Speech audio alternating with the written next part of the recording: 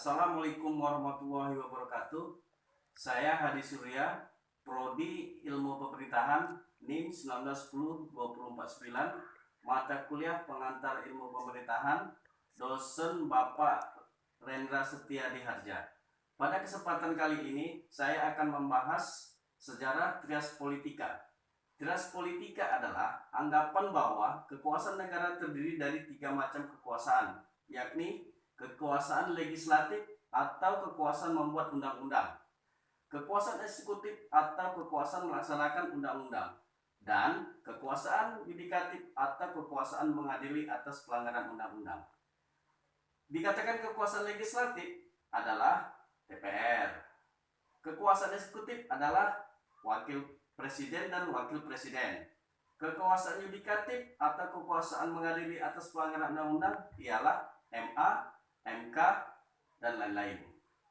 Doktrin trias politika untuk pertama kali dikemukakan oleh John Locke 1632-1704 dan Montesquieu 1689 dan 1755. Dalam bukunya yang berjudul Two Treatises on Civil Government 1690, Locke mengkritik kekuasaan absolut raja-raja Stuart.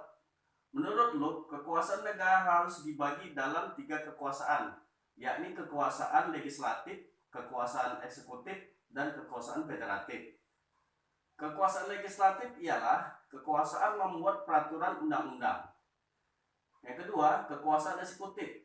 Kekuasaan eksekutif ialah kekuasaan melaksanakan undang-undang dan di dalamnya termasuk kekuasaan mengadili. Contohnya raja. Kekuasaan federatif ialah kekuasaan yang meliputi segala tindakan untuk menjaga keamanan negara dalam hubungan negara-negara lain, seperti membuat aliansi dan sebagainya. Pada tahun 1748, filsuf Prancis Montesquieu memperkenalkan lebih lanjut pemikiran Locke ini dalam bukunya The Spirit of the Laws. Montesquieu membagi kekuasaan pemerintah dalam 3 cabang, yakni kekuasaan legislatif, eksekutif, dan yudikatif. Menurutnya, ketiga kekuasaan ini haruslah terpisah satu sama lainnya, baik mengenai tugas maupun organ yang menyelenggarakannya. Badan legislatif adalah lembaga yang mengatur undang-undang. Anggota badan legislatif dianggap mewakili rakyat. Secara otoritas, bidang legislatif merefleksi bahwa rakyat yang berdaulat. Dalam konteks daulat rakyat ini, badan legislatif merumuskan kemauan rakyat, menentukan kebijakan umum yang seluruh bagi masyarakat.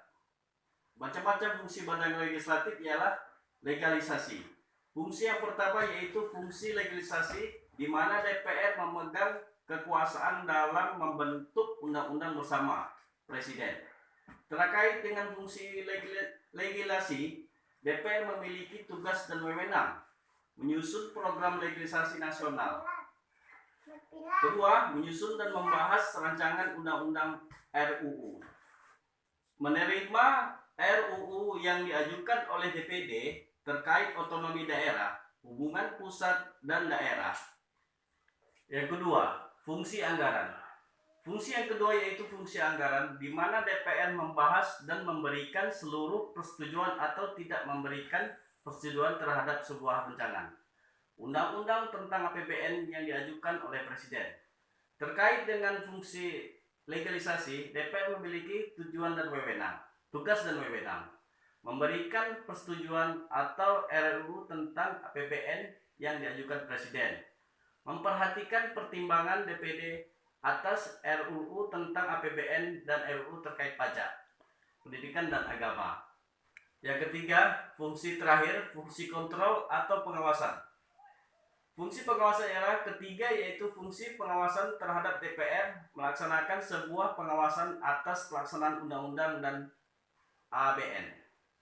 Terkait dengan fungsi legislasi, DPR memiliki tugas dan wewenang melakukan pengawasan terhadap pelaksanaan undang-undang, APBN, dan kebijakan pemerintah, membahas dan menindaklanjuti hasil pengawasan yang disampaikan oleh DPD terkait pelaksanaan undang-undang mengenai otonomi daerah, pembentukan, pemekaran, dan penggabungan daerah, pengelolaan sumber daya alam dan sumber daya ekonomi lainnya, pelaksanaan APBN, pajak, pendidikan, dan agama.